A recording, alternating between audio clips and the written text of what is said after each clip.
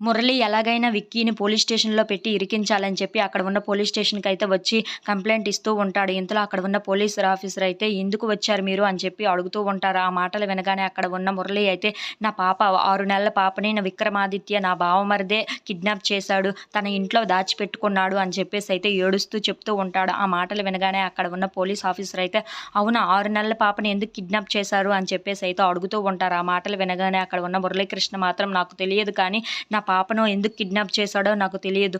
మీరే ఎలాగైనా నా పాపను నాకు ఇప్పించాలి" అని చెప్పేసి అయితే అంటూ ఉంటాడు. ఆ మాటలు వినగానే అక్కడ ఉన్న పోలీస్ ఆఫీసర్ అయితే "మీ పాప గాని ఆ ఇంట్లో ఉంటే ఎలాగైనా మీకు ఇప్పించే బాధ్యత మాది" అని చెప్పేసి అయితే అంటూ ఉంటాడు. ఇంతలో అక్కడ ఉన్న విక్కీ, పద్మావతి వాళ్ళ ఇంట్లో వరలక్ష్మి వ్రతాన్ని చాలా ఘనంగా జరుపుకుందామని చెప్పి చాలా గొప్పగా రెడీ అయ్యి అలాగే అక్కడవన్నీ బాగా సక్రమంగా జరగాలని చెప్పి అక్కడవన్నీ చూసుకుంటూ ఉంటారు. ఇంతలో అక్కడ ఉన్న పద్మావతి అయితే విక్కీని చూసి "మీరు చాలా అందంగా ఉన్నారు" అని చెప్పేసి అయితే అంటూ ఉంటుంది. ఇంతలో అక్కడ ఉన్న విక్కీ కూడా "నువ్వు కూడా ఈరోజు చాలా అందంగా కనిపిస్తున్నావు పద్మావతి నా కంటికి" అని చెప్పేసి అయితే అంటూ ఉంటాడు. అలా వాళ్ళిద్దరూ ఒకరికొకరు చూసుకుంటూ ఈ పూజని ఎలాగైనా బాగా జరిపించాలి అని చెప్పేసి అయితే అనుకుంటూ ఉంటారు. అక్కడ ఉన్న విక్కీ, పద్మావతి వాళ్ళు అయితే చాలా సంతోషిస్తూ ఉంటారు. If you like this video please like, share and subscribe friends.